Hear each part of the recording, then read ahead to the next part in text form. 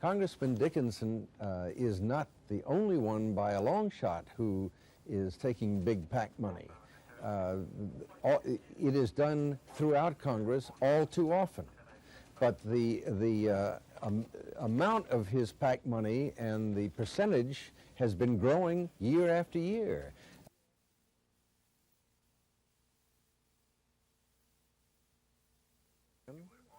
Yet he willingly accepts writing on his decisions.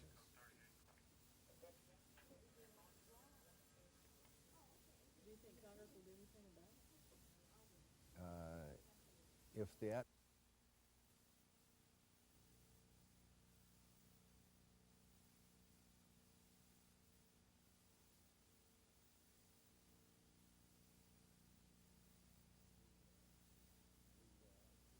the amount of his PAC money and the percentage has been growing year after year.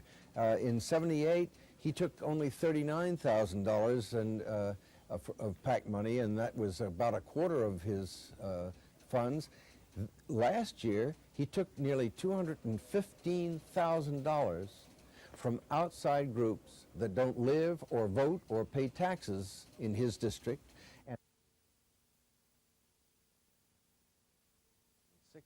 Waiting to happen. The amount of PAC money has gone up eightfold in 10 years. Hundreds. You have, I'm sure, seen and read over the Southeast and in other parts of the country, many states have only 4 point.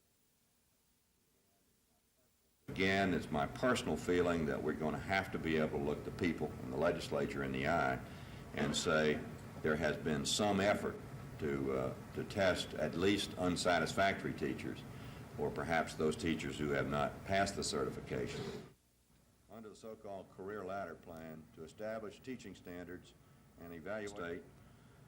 But frankly, I hope we can succeed in that because it will be a very sad.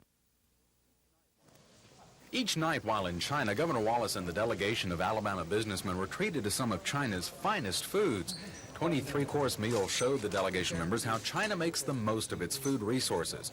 Wallace ate Peking roast duck, stewed duck hearts, carp, bird eggs, various vegetables, and a variety of edible funguses and fish.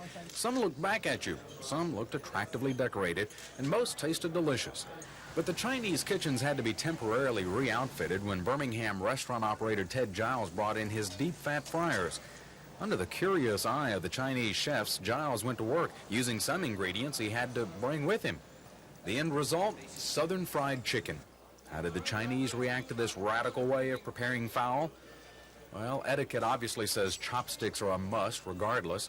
Well, maybe one hand is okay. Oh, go ahead, use your fingers. Like gracious hosts, they grinned and chewed. But dessert was a treat. Donuts, with chopsticks, of course. It was a culinary collision of Southern simplicities and the aesthetic Oriental delicacies. Well worth another hearty toast. Chris Grimshaw, WSFA TV News.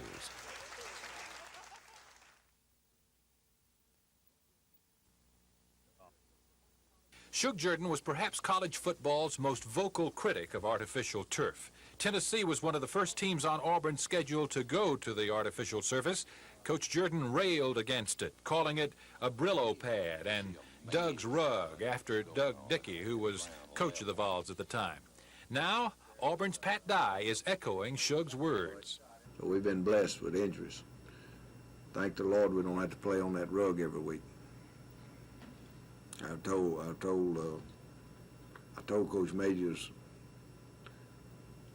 talked to him about it when we were up there, and I asked him when they were going to fire it up.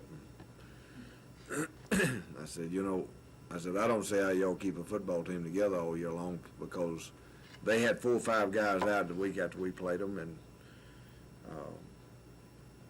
we had, I think, 26 guys reported for treatment on Sunday. I don't know how many they had, but they had some guys that were hurt more serious than the ones that we had. And then you see what's happened at the quarterback position, and Alabama's having the same problems. Speaking to the Atlantic Touchdown Club yesterday, Dye said football is vicious enough without making the game any faster, as turf does. He used Bo Jackson as an example, wondering how a defensive back feels trying to tackle number 34 on turf.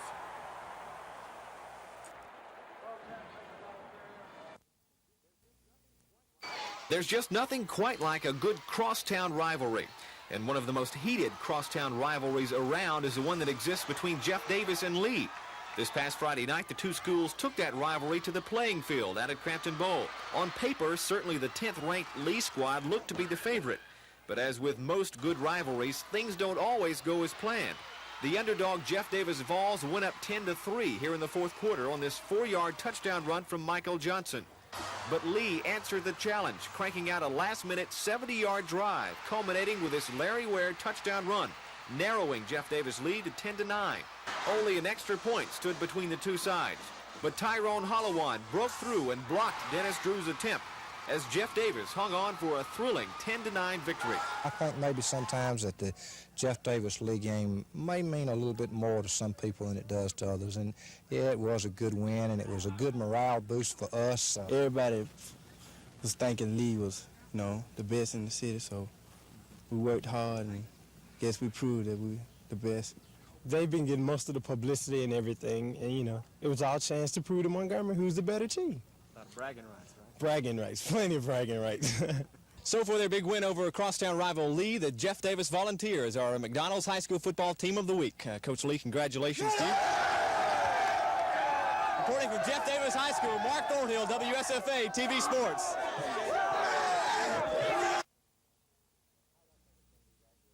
I don't think it's going to be that great of an adjustment. I've been asked many times, how I could separate them right now, and it's kind of like the first time I started managing and separated myself as a player, actually. And I think the more you're involved in your work, and if you really plow into it, you don't have time to miss playing or now managing. So I think if I really apply myself, I'm not going to miss managing at all.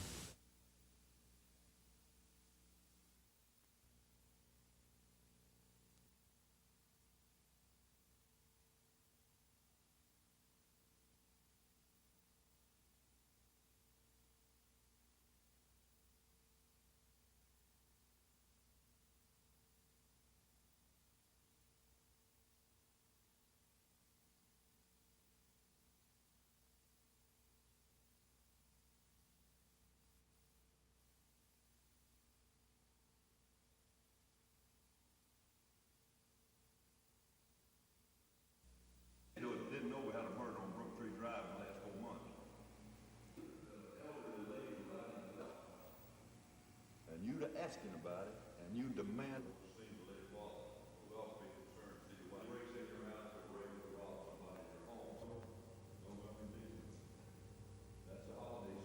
Well, I think it's doing good. I think we have the people in their own community talking about crime now, getting concerned about crime.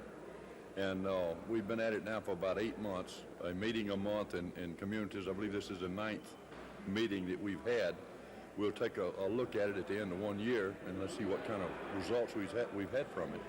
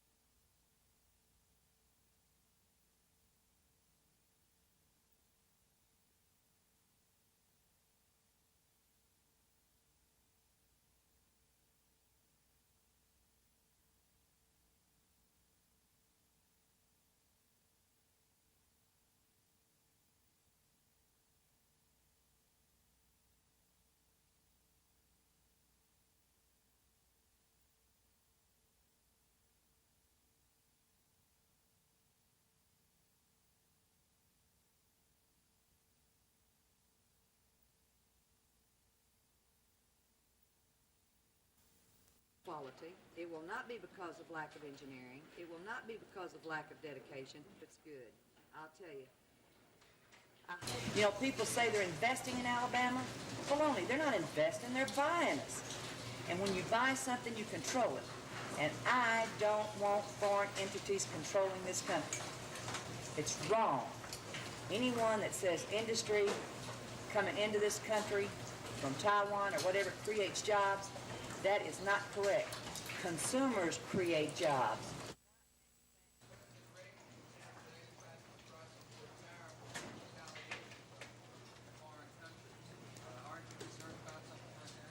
Well, I would love to call for a 25% tariff, but it only covers 5 countries.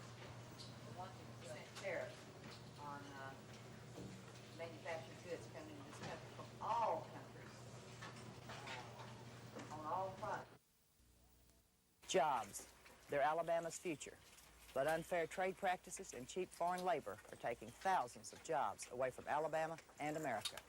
Hi, I'm June Collier, President of National Industries. June Collier's talking tough. She says if America doesn't wake up and listen, foreign entities will soon own and operate our country. Collier says she's not picking on Governor Wallace, but she says she doesn't like anyone peddling Alabama or America door to door. And she says that's what we're doing. You know, people say they're investing in Alabama. Baloney, they're not investing, they're buying us. And when you buy something, you control it. And I don't want foreign entities controlling this country. It's wrong. Anyone that says industry coming into this country from Taiwan or whatever creates jobs, that is not correct. Consumers create jobs. Collier says her company just received a quality award from Ford Motor Company, and now she's bidding on a $60 million contract from Chrysler, which could mean hundreds of new jobs. She says her competition is with Mexico and Taiwan, and she says if she loses, it will be because she can't compete with offshore labor. But she says tough trade laws would change that and give Americans a business advantage instead of the other way around. Collier says she hopes her television campaign will prompt you to be as concerned as she is about the loss of our jobs to imports. Gina Gregory, WSFA TV News. Working together, we can make a better Alabama for us and our children.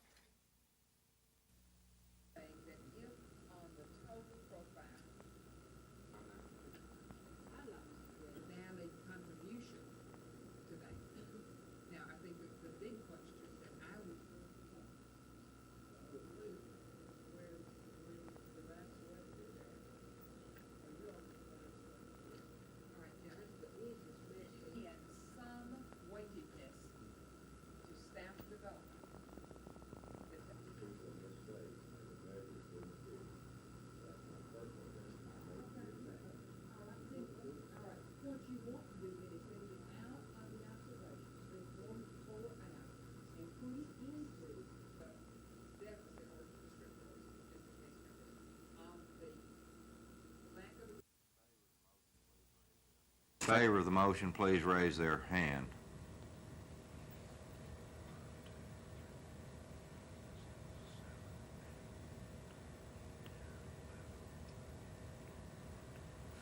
I count 50. 18. Amount of progress was made.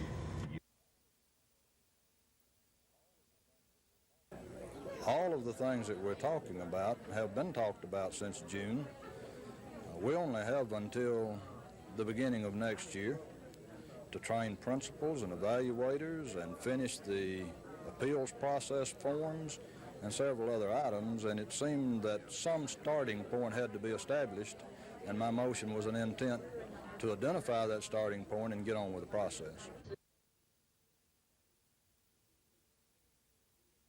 If they said they would agree to do this, and we had somewhat of a subcommittee, I think Peggy and Gay and some people, and I would surely be to date, but some reason for thought is a very important part of it, and as opposed, then the motion stands.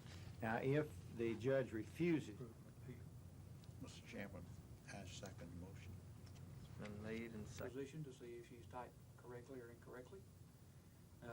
Another is a paper. At the Alabama Public Library Service, and they further offered to provide that equipment themselves and offered to do so without taking any commission themselves. In other words, making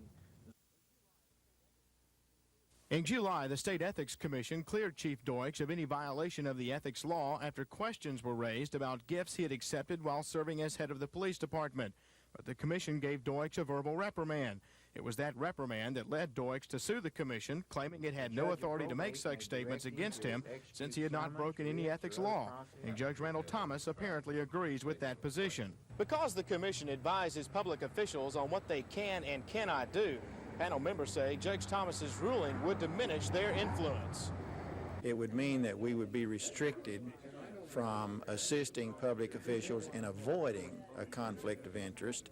All we could do was to say, no, you did the wrong thing, or yes, you did the right thing. And we firmly believe we can go beyond that. Cooper says in addition to appealing the judge's decision, the commission will file a motion to delay having to make any retraction to Deutsch until the matter is considered by the Attorney General. Scott Edcock, WSFA TV News. To be more functional in my job, I could keep. This is Wallace Bush's 59th birthday, and today he lost his farm. As the dairy cattle he milked each morning are hauled away by their new owners, Bush watches 35 years of farming come to an end. I'd be less than honest if I didn't tell you I was very emotional about it, but I'm gonna suffer through it and be stronger when it's over with. Before it's over, all the livestock and equipment will be auctioned off. His home is gone. The farmland sold for $430 an acre. That's a 50% drop in value from 3 years ago.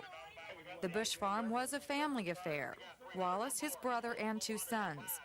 In the 1970s, the Bush family, like many other farmers, expanded their dairy operation at the urging of creditors and the government. But the 1980s brought economic hard times beyond their control. The profit was too low, the debt too high. No matter what we did, once the snowballing effect of the debt took place, there just wasn't any way for us to overcome it. We've tried real hard. No, we didn't think it would come to this. When the auction is over and the buyers have gone home, Wallace Bush will have paid off his creditors and will have to start all over again. I'm reconciled that the good Lord's got something better for me, so I do not feel insecure about the future. Carrie Gordon, WSFA TV News.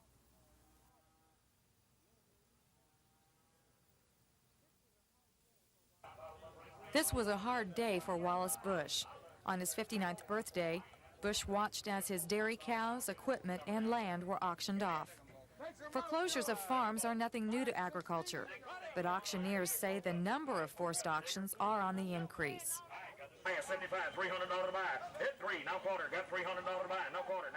The next-door neighbor is a farmer's best friend at an auction.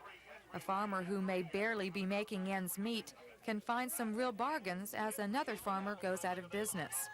It's only good sense for one farmer to buy from another. Used to, you'd see farmers that would go buy new tractors, new combines, and new equipment, and now, to save large amounts of money, they are trying to locate good used equipment and just properly manage their assets. But not all auctions are foreclosures. Some farmers are simply cutting back. Reducing acreage and overhead may keep them on the sidelines, but it may also keep them in business. Until we can get more for our services and have to pay less for the services that we have to have, until that happens, be very careful about getting too highly leveraged. Advice from a man who learned the hard way. Carrie Gordon, WSFA TV News.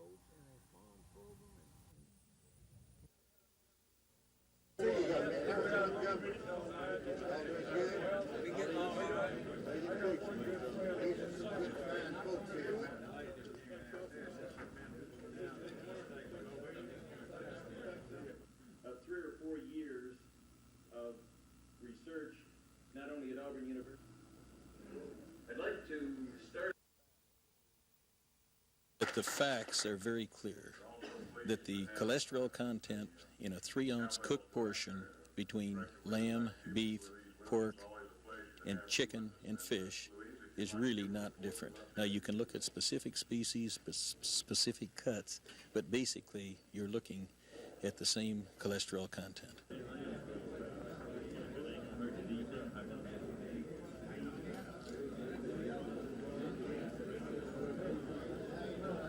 The work that they've done at Auburn and give us a little bit of direction.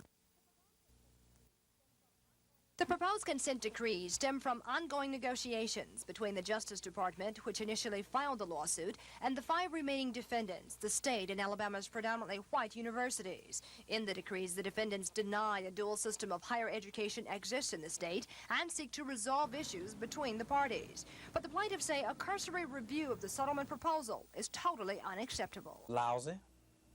I think it's insulting. I think it's meaningless. And I think the trial will continue. I don't see how they could expect us to sign the proposal when they have agreed with all the defendants in the case, and at no time have they ever contacted the plaintiffs in the lawsuit. The proposal's major components include funding, new programs, buildings, and more black faculty in the classroom and on the boards of trustees at the white institutions. The state wants nearly $100 million allocated between the 2 black schools over a 6-year period. Part of the funding includes money from the recent education bond issue. Also included is an agreement for AUM to discontinue undergraduate teacher education programs by the fall of 1989. But AUM wants to develop a new Master of Arts program in teaching, as well as other graduate programs. When contacted today, none of the defendants would comment on the proposal while it's still in court. If these documents are attempts to settle the monumental desegregation lawsuit, the Justice Department and the defendants apparently have failed. Attorneys for ASU and the 9 interveners say they don't intend to sign the proposals. Instead, they say they eagerly await a ruling from the court on liability. Judge Clement is expected to issue that ruling next month. Kim Davis, WSFA TV News.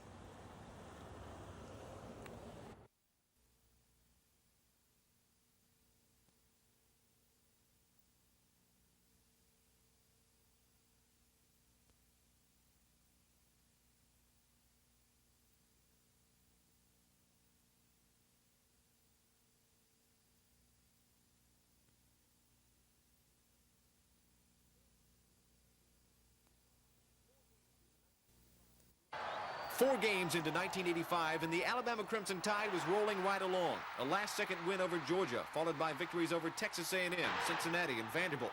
But then the Tide hit a couple of roadblocks. First, dropping a hard-fought 2-point decision to Penn State 2 weeks ago. And then this past weekend, another disheartening 2-point loss to Tennessee. Well, it's frustrating to lose any time, but I think it's a little bit harder when you lose games that you look back on and you see where you could have or should have won. While it's tough for Coach Perkins and his staff to put their fingers on one reason for the losses, a lack of offensive consistency certainly ranks near the top of their list. At the time when we needed it and when we had an opportunity to make some plays offensively, we did not. We didn't come up with the plays. And, you know, that's concerned me somewhat. We started off the year when we were making the big plays when we had to. In the last 2 games, you know, when we were in crucial situations, we didn't come up with the big play or the first down or things that would help us win the game, and that's what we need to work on. However, at this point, no one's ready to throw in the towel just yet.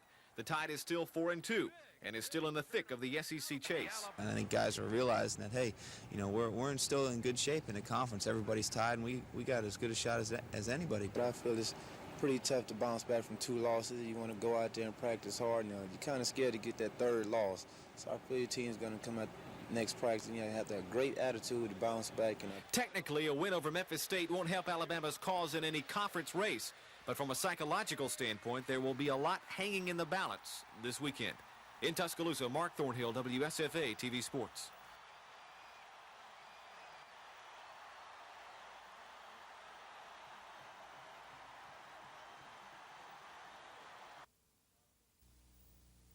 Thank you, Mr. Carter.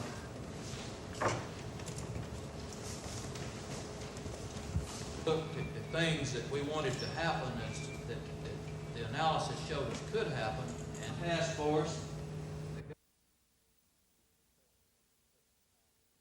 We currently have the 6th highest erosion rate on our cropland in the nation. If we don't do something to stop that erosion, our soil will deteriorate to the point that we don't have soil to support our agriculture.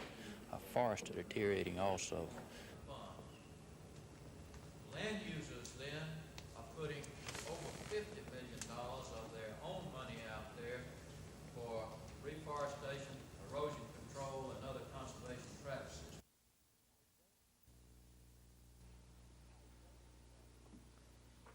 I don't quite get your first question. What is the best possible use of what? I just want to know if you think we're using nuclear warheads and nuclear power plants to our best possible use. Incidentally, will you kindly ask your congressmen and senators what they have done for supporting the Strategic Defense Initiative? Without it, Alabama and the United States and the free world will not stay free. Thank you.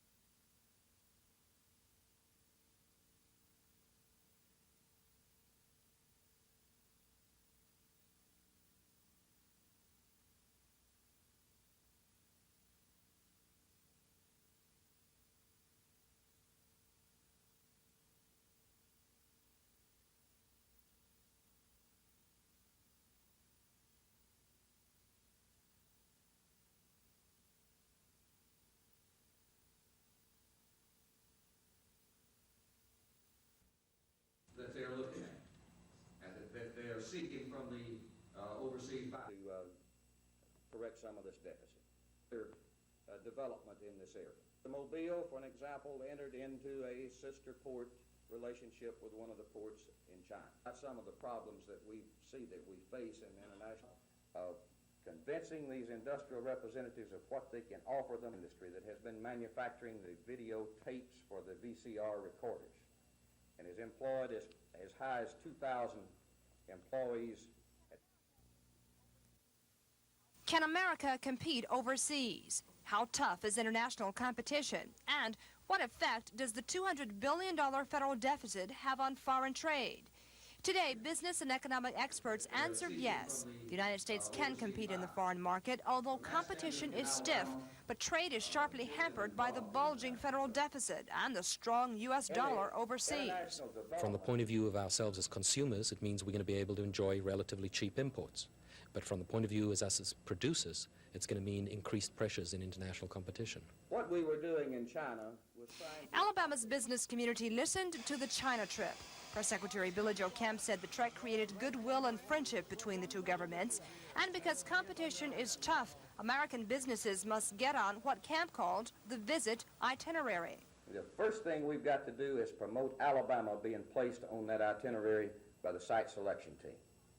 Kemp said the overseas visit was time and money well spent. He says last year, 8 Japanese companies committed to locate in Alabama, adding to the 100 foreign-owned firms already here.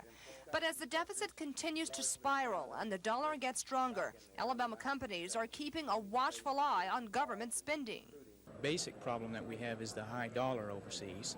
And since we're in a unique market situation that our only 3 major competitors, 2 of the competitors are American companies, the other one being the Soviet Union, so that hasn't affected us as much as the high dollar overseas. This is the 3rd Business Economics Forum AUM has sponsored.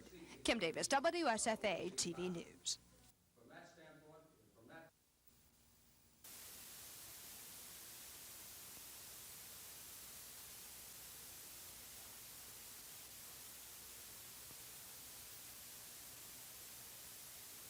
Textiles are a great part of the economy, especially in the Southeast, but it's very important to the entire nation. And of course, Textile Week is a program that was created 5 to 6 years ago just to draw interest to the textile needs in America.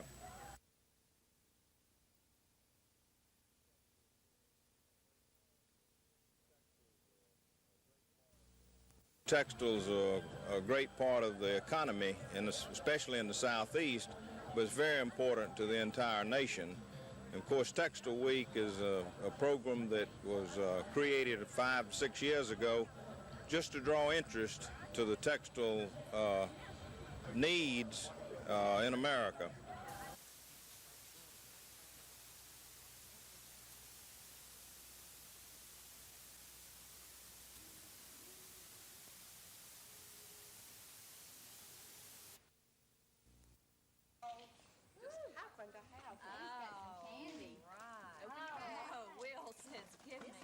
There will be a letter attached and a stamped self-addressed envelope.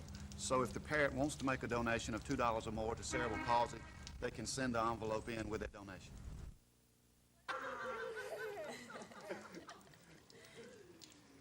That candy. Wow. Ken would love us, wouldn't he? Look at all that candy. Nearly 6,000 men and women once comprised the staff of the Alabama Department of Pensions and Security. But over the last few years, that staff has slowly been cut back to approximately 4,000. County P&S directors say their decreased staff can barely and in some cases no longer cope with providing services to the state's 1 million welfare recipients. You cannot cut staff and not cut services. Morgan says the cutbacks have seriously impaired her department's ability to process claims, and she says there doesn't seem to be anywhere to turn for answers. But I am disappointed in Governor Wallace. He has not backed our department. He has forgotten those old people that he talked about when he was inaugurated. We're extremely short of staff, equipment. Programs are being cut because of our programs being staff-driven, and with the staff shortages, we're cutting programs. The two county directors say the State Department has lost credibility with Alabama residents, and they're looking to the department's new leadership for help. We are planning a reorganization of the state office, and in doing that, we hope to reallocate some state staff to the county offices, trying to target those counties that have the greatest need. Williams says the light on the horizon for now is dim, but with a revamped department and help from legislators, she hopes that light can shine brightly once again. Dean Argo, WSFA TV News. I'm the nurse. I'm the doctor. I'm the maid. I'm the cook. And I'm the janitor. Dot Darrington runs this daycare center in a low-income neighborhood of Montgomery. Care for 17 of the 30 children here is paid for by the State Department of Pensions and Security. Darrington says if the state budget is cut, she doesn't know where these children will go during the day. And you look around in your communities, citizens of Alabama, and see if you too have some of these babies who's going to be lost, their lives are going to be lost, because one little one is trying to take care of another little one. Darrington says of the 17 state-supported children at her center, none have fathers at home, and their mothers are struggling to get by on low-paying jobs. The state pays Darrington $140 a month for each child qualifying for subsidized daycare. Focal members say the governor should call a special legislative session and appropriate money to adequately fund daycare. They say daycare needs to increase from its current $8.6 million annual budget to $15 million. But with the Department of Pensions and Security running $11 million deficit, the outlook for children who receive subsidized daycare is not good. We hope that by making the cuts at the beginning of the fiscal year rather than at the end, we're able to make the least type of cuts that we have to make. If we waited much longer, we would have overspent a lot more and we would have had to make more severe cuts. Focal members today delivered 1,000 letters to the state capitol asking that Governor Wallace call on the legislature to appropriate more money for daycare. Focal members say they'll remember in election year '86 who was governor when the cuts were made. Lisa Walsh, WSFA TV News.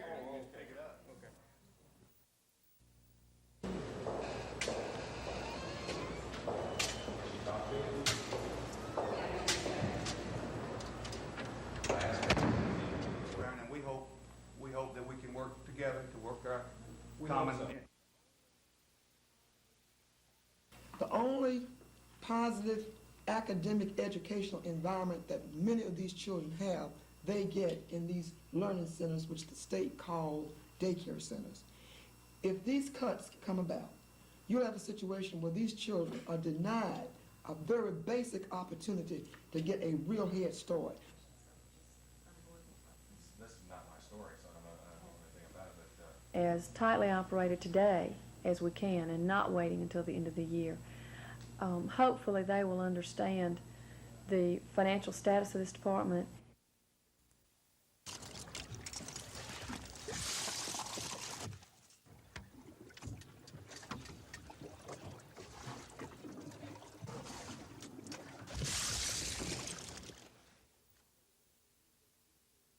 What the amendment would do would be to restore it, take the rehabilitation measures in order that those oyster beds and oyster-bearing lands under the water there in Mobile Bay and in other areas on the Gulf Coast, that they will be able to be operate effectively and produce oysters in the future.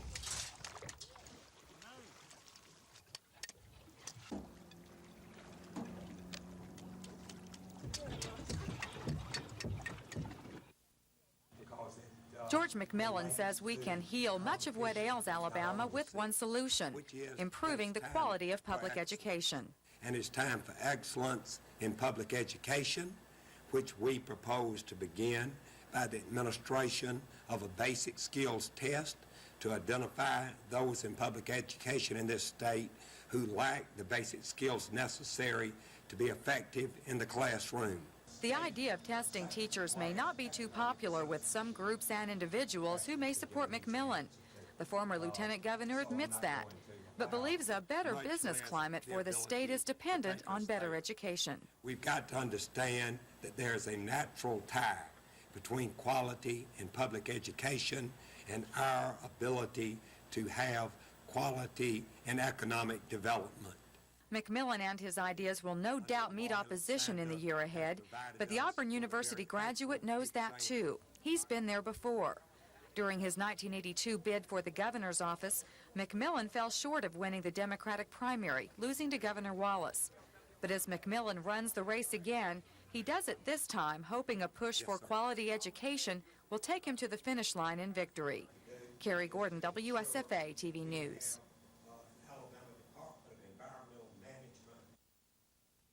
Level because it relates to competition not only within the state but second-class economic citizenship question to give an easy answer to. So I'm not going to allow myself to be. We will have no more cronyism, no more you scratch my back, I'll scratch your back, no more catering to the special interest at the expense of our children or at the expense of what is in the public's best interest. Is to ensure that we have an Alabama Department of Environmental Management that is committed. Trips such as the one that the governor recently took is icing on the cake. I think we have to first realize that there's much that can be done here at home. The investigation was ordered after special leave requests tripled over the number usually reviewed each month. Several state personnel board members say they're attempting to eliminate any abuse of special leave. State Personnel Director Hallison Ballard. They've drawn no conclusion. They are merely concerned that there are some requests that don't appear to be well documented. For example, there was a request of 12 weeks for heat exhaustion and a request of 12 weeks for low back pain. These may be legitimate requests, but the board just did not have the information to decide whether they were or were not. It appears with the latest flap over the increase in special leave requests, some supervisors may pay closer attention to documentation of employee injuries and ailments. This is Norman Lumpkin, WSFA TV News reporting.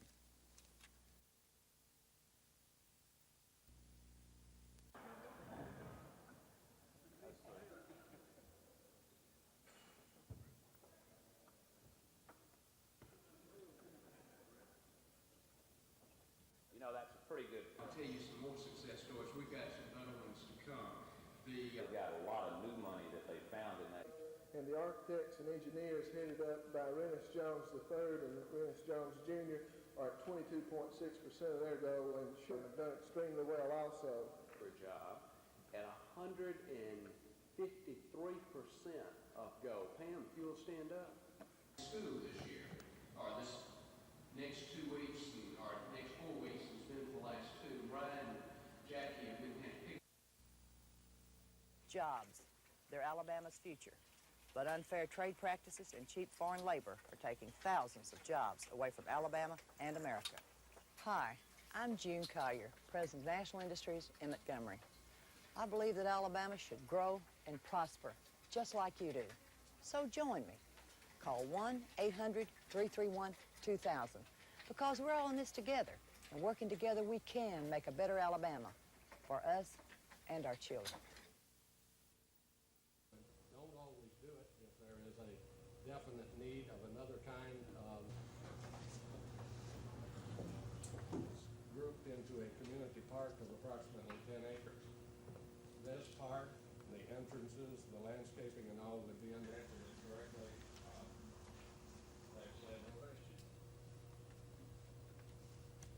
Price range in the family, though, that's the rule. Then you have to have townhouses, and it all goes down the line. The problem in this plan is the configuration of the property. This is the intersection of Taylor and Vaughan Road here. This is only a quarter of a mile, isn't that right, Jim? We're only talking about a quarter of a mile from this section. I don't. It's between a quarter and all right, whatever. And symbolizes freedom for all Americans. 85. Fellas, I appreciate this very much here. You're very thoughtful. Carol, we ready to begin? Yeah. Go ahead. When they gonna be 1,000? Yes, sir, that is correct. 1,000 will. That is number one. And that's number one. Well, I'm very appreciative of you fellas coming by, and also Good to be young. Representatives, I feel this country has a moral obligation to care for those who have honorably served in our armed forces. It is my subcommittee's responsibility to help make certain that our veterans programs are meeting this obligation. A new national cemetery will soon be under construction at Fort Mitchell, Alabama. I will be having a congressional hearing on the cemetery's progress to ensure that this project is on track and is adequate for the future burial needs of our veterans.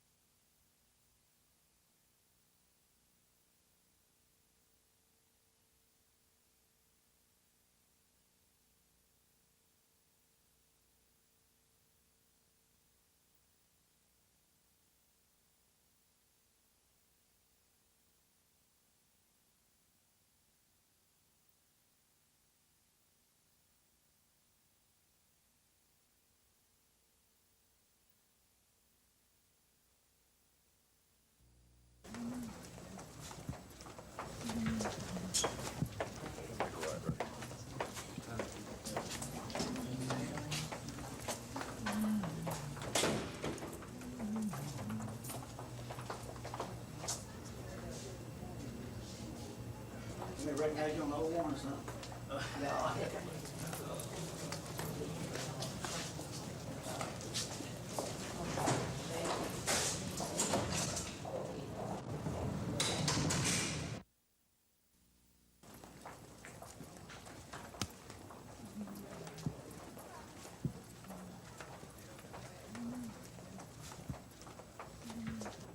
That's not you, Charles. Come on over here. Sit that light. It would be impossible, of course, to try the case without both of us there. We expect the case to last some days, so that it would be impracticable to try the case at that time, which I believe the trial judge realized.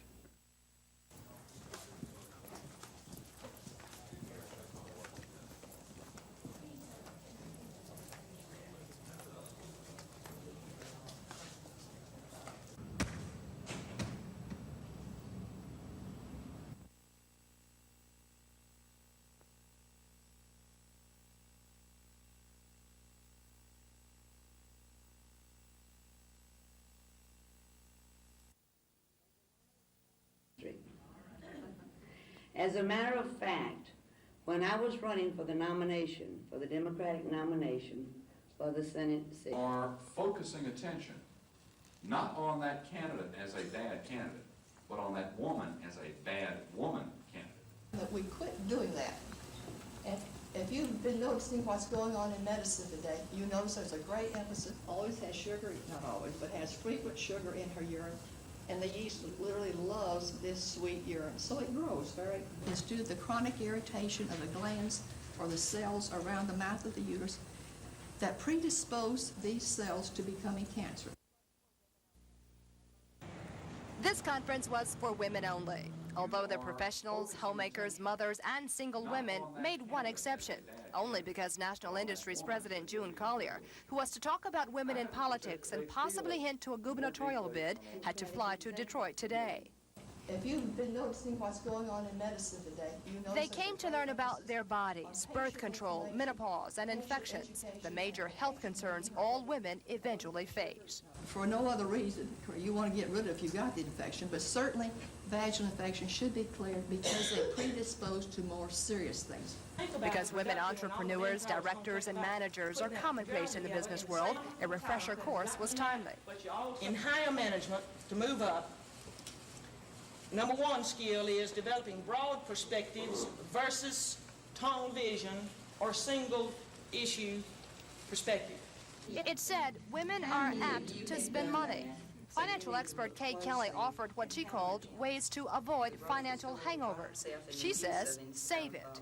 And through the years, that has grown into a rather large nest egg. That's a wonderful way to plan to save. Area women have been planning Montgomery's first women's conference for months. Those attending say it's overdue.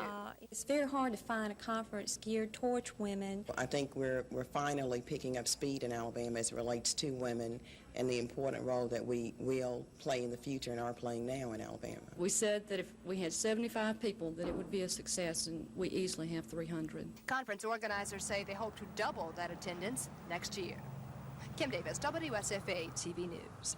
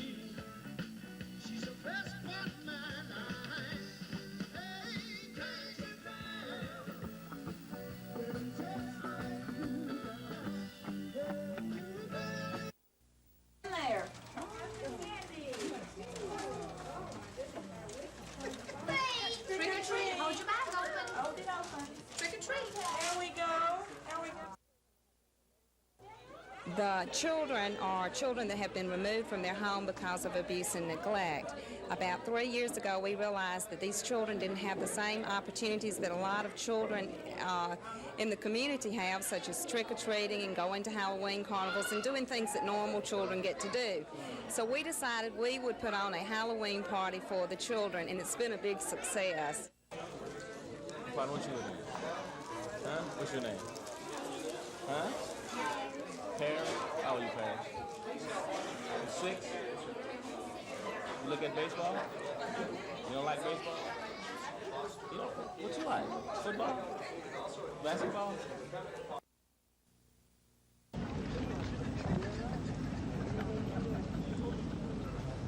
We're going to explain his arm and his leg just in case.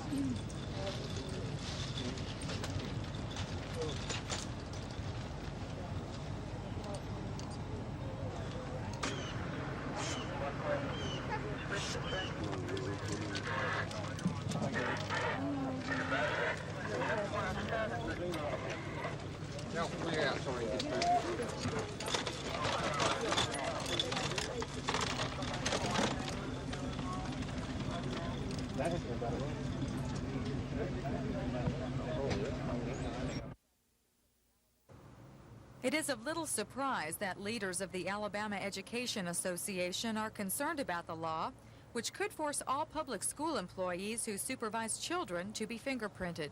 They may teach Sunday school, they may have been in the classroom for 10, 20, or as many as 30 years, and now all of a sudden they're being asked to go down to the local police station, be fingerprinted like a common criminal.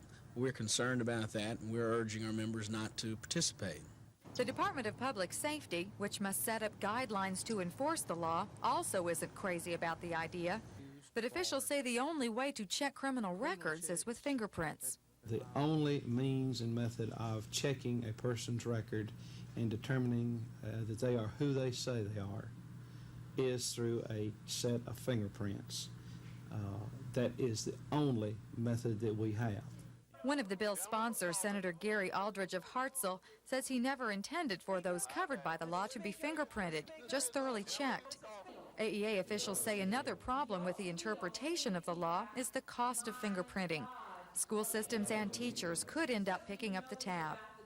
At this point, the Department of Public Safety and the bill's sponsor, Senator Aldridge, are asking for an attorney general's opinion in the matter, hoping to find a way the law can protect children without having to fingerprint everyone who comes in contact with them. Carrie Gordon, WSFA TV News.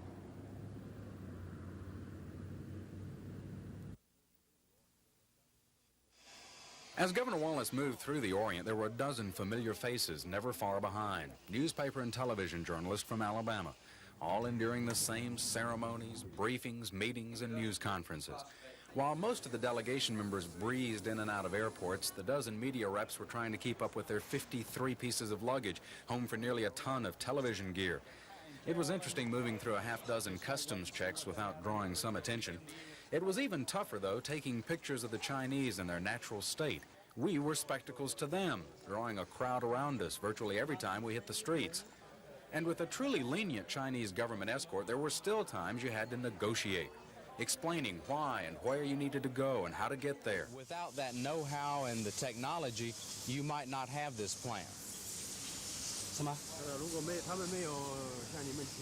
Interviews sometimes took longer as you waited for the delay of a translation.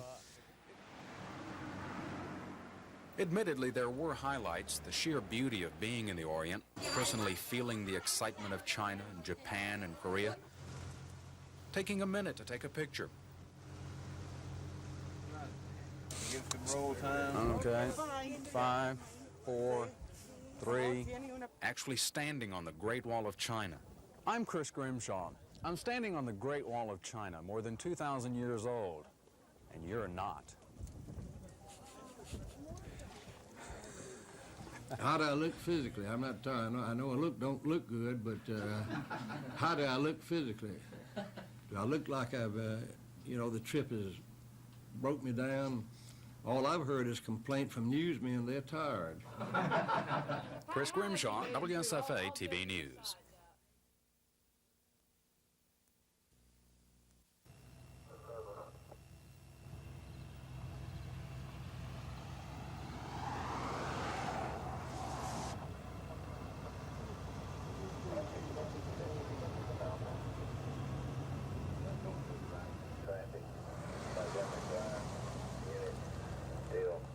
traffic, unless emergency 707.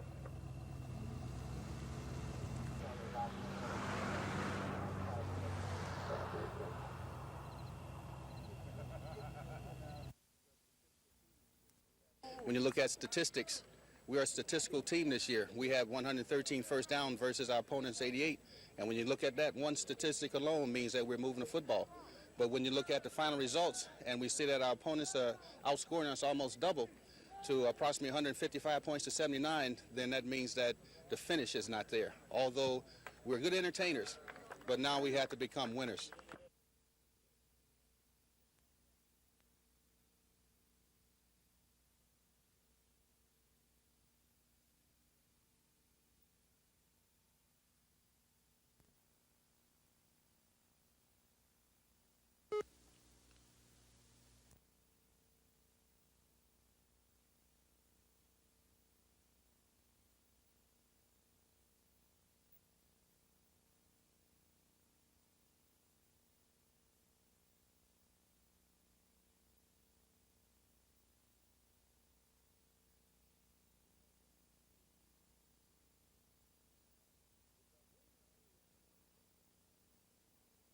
Because we know we have to win 3 games, but who would you rather have pitching in baseball in the 3 we have left to pitch? Jackson, Lee Brand, Saberhagen.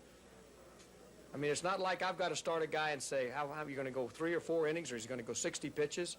Well, I felt strong all the way until the 9th inning. And then the 9th inning, I didn't feel as strong as I did the previous games where I finished the games, you know, and that's what I mean by not feeling strong. When we came to the ballpark today, everybody was joking around and talking about going back to Kansas City, and we didn't think that we were going to lose. We just thought about winning the ball game today.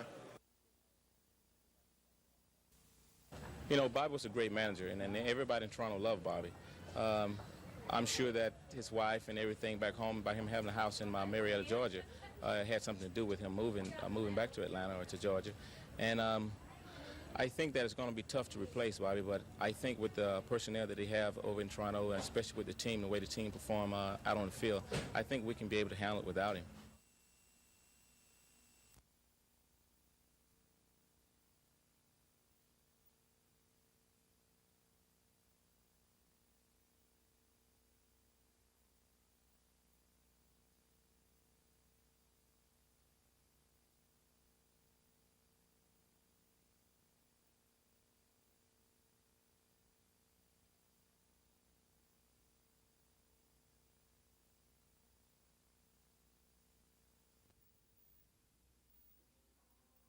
Then I saw it.